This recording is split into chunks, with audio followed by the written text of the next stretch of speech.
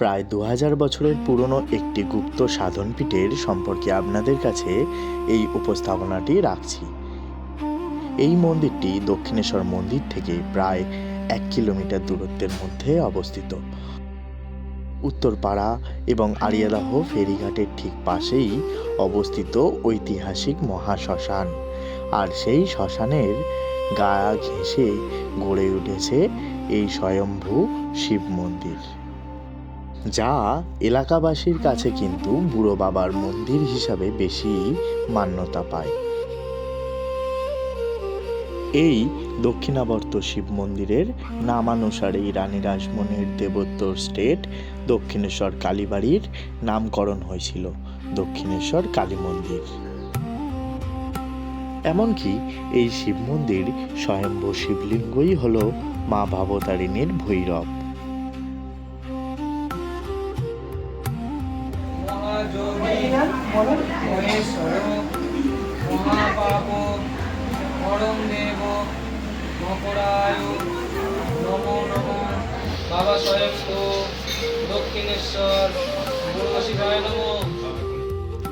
যিনি অপেক্ষা করছেন প্রায় 2000 বছর ধরে মা ভবতারিণীর জন্য।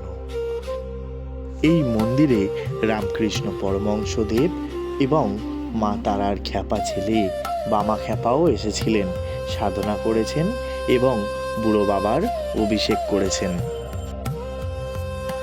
লর্ড ওয়ারেন হেস্টিংস এই লিঙ্গকে একবার তুলে গঙ্গা বক্ষে ফেলে দেওয়ার কথা ভেবেছিলেন।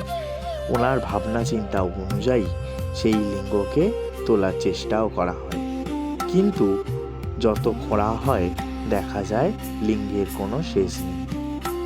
লিঙ্গ ততই মাটির গভীর থেকে গভীরতর স্থানে পৌঁছে যায়। লর্ড ওয়ারেন হেস্টিংস মেনে নিতে বাধ্য হন এই শিবলিঙ্গই হচ্ছেন শিবশম্ভু, স্বয়ং এখানে বিরাজ করছেন। লিঙ্গ তো গঙ্গায় তুলে ফেলে দেওয়া তো দূরের কথা, উনি নিজে স্বয়ং এই লিঙ্গের প্রচার করতে শুরু করেন। এই লিঙ্গের ঠিক পাশেই অবস্থান করছেন মা মুক্তকেশী। মা মুক্তকেশী কালীবাড়ি অবস্থিত। মা এখানে সদাই জাগ্রত। মা ভবতারিণী, মা মুক্তকেশী, এই স্বয়ম্ভু ভোলে বাবার মহিমার কথা আপনাদের কেমন লাগলো অবশ্যই আমাকে জানাতে ভুলবেন না। যারা নতুন আছেন তারা অবশ্যই পেজটি সাবস্ক্রাইব করতে ভুলবেন না।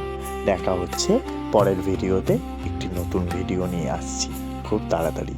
অপেক্ষায় থাকুন, ভালো থাকুন, সুস্থ থাকুন।